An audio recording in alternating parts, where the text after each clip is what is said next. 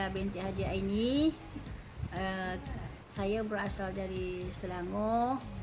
Mula menjadi seorang guru ketika saya berumur 18 tahun.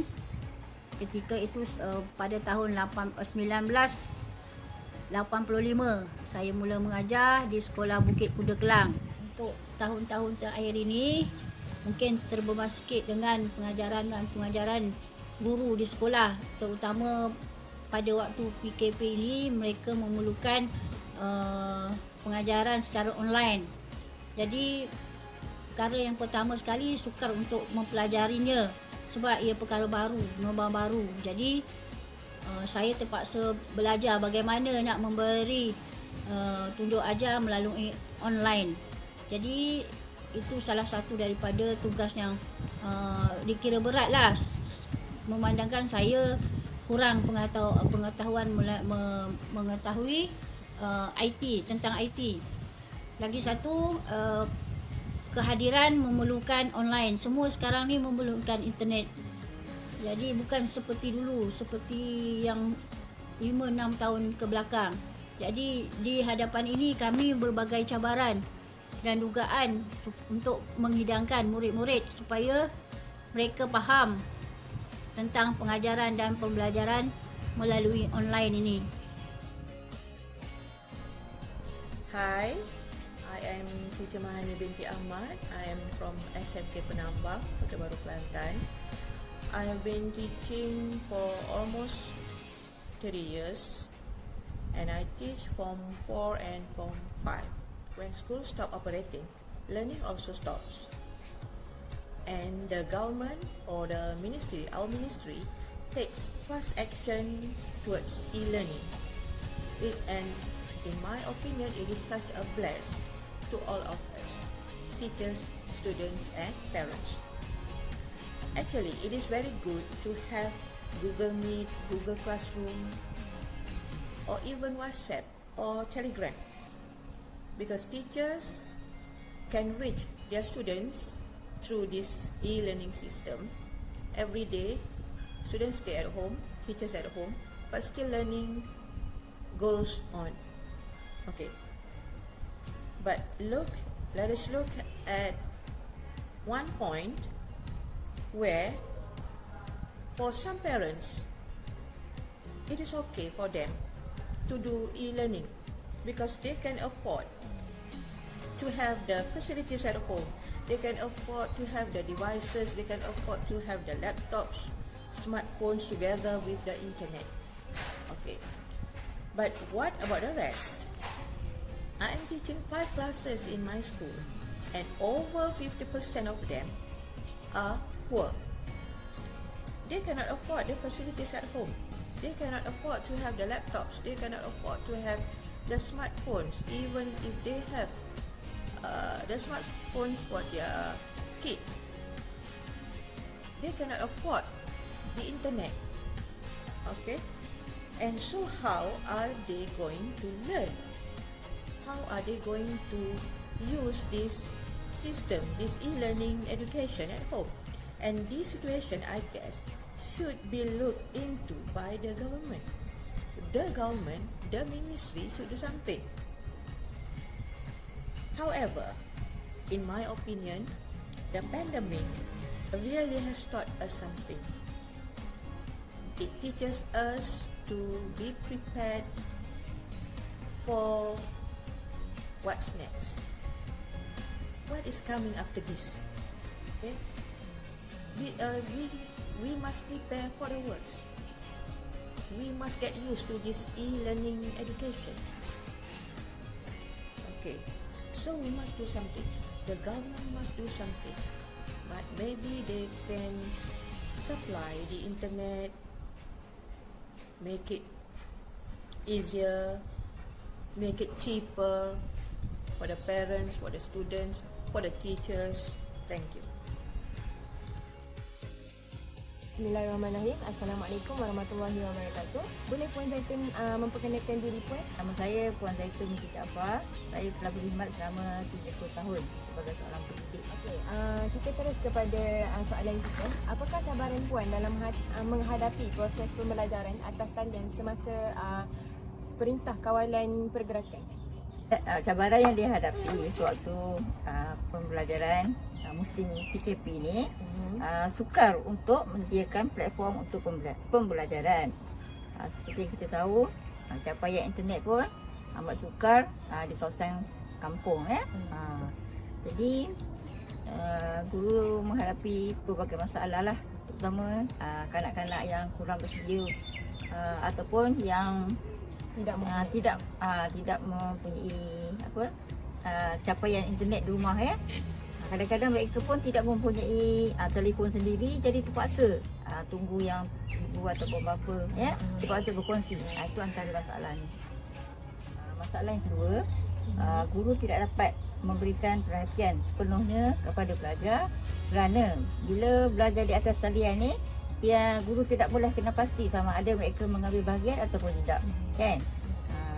Jadi kalau dibandingkan sewaktu dalam kelas belajar macam biasa, guru dapat mengenal pasti apa masalah murid tersebut. Tapi bila dalam talian ni, kadang-kadang kita tak tahu sama ada murid tu ambil bahagian ataupun tidak. Itulah yang menyukarkan untuk warga pendidik mengenal pasti masalah yang dihadapi. Cabaran yang seterusnya mengenai komunikasi yang terhad kepada pelajar hanya merujuk guru semasa proses pembelajaran sahaja.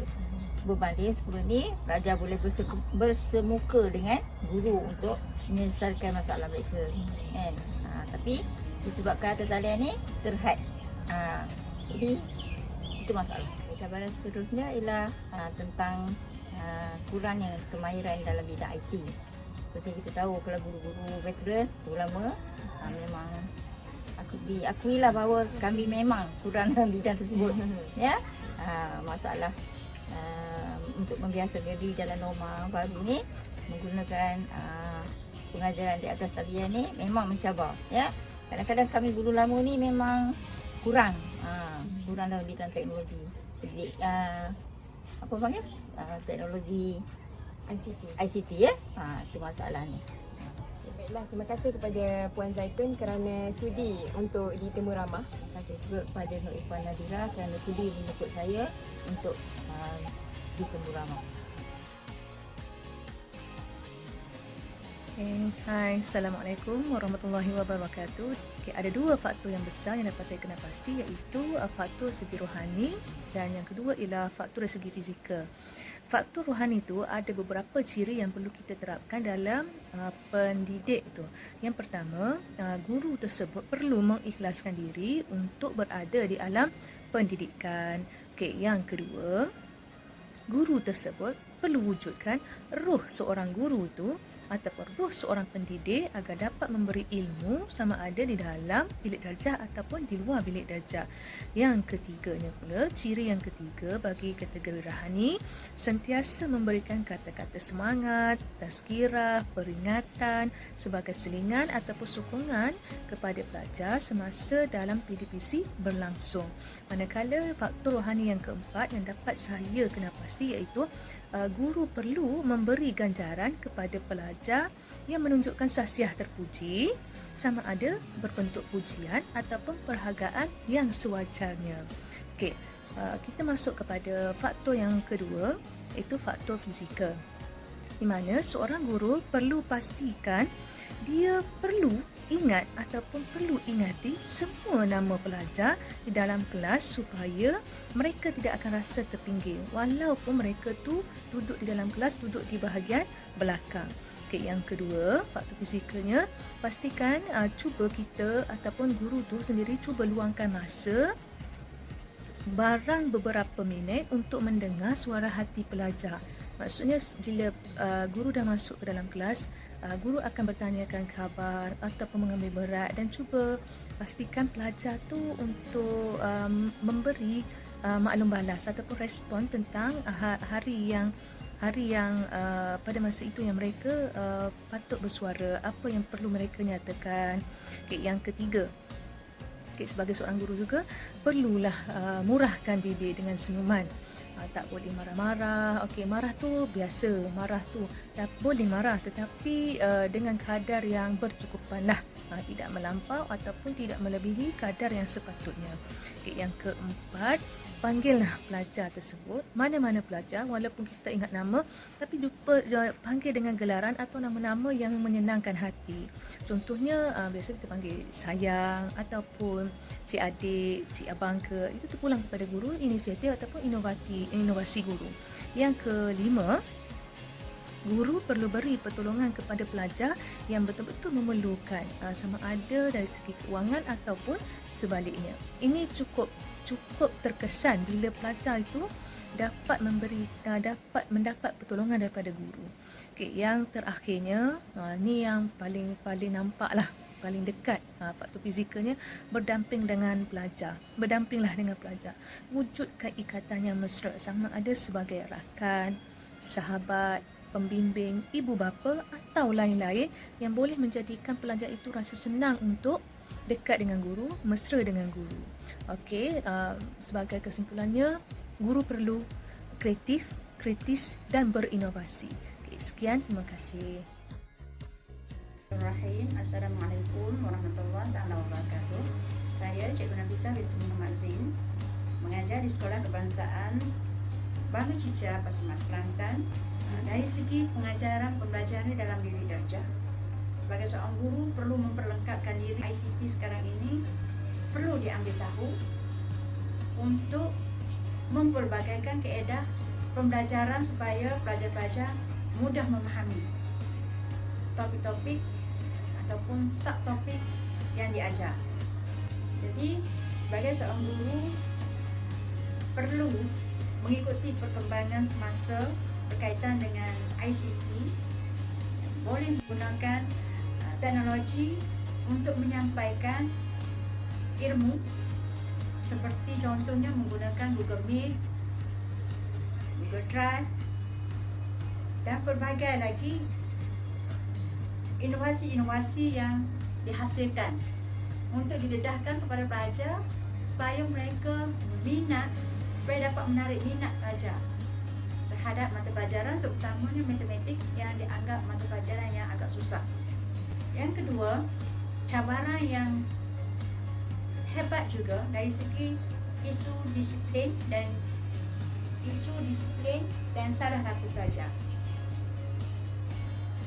Pelajar-pelajar masa kini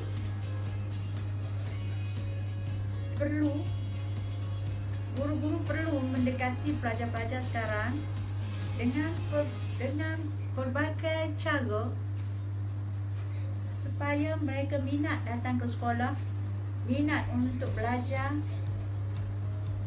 minat kepada mata pelajaran yang diajar. Semuanya ini memerlukan terutamanya unit beruniform dan juga sukan.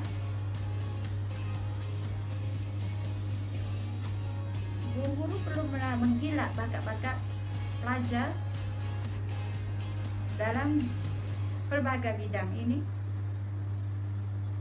untuk mereka kembangkan lagi sehingga peringkat yang tertinggi, sehingga ke peringkat kebangsaan, dan ada juga sehingga ke peringkat antarabangsa. Semuanya memerlukan pengorbanan dari seorang guru, pengorbanan dari segi masa, tenaga dan juga wang untuk menggilat bakat-bakat pelajar ini.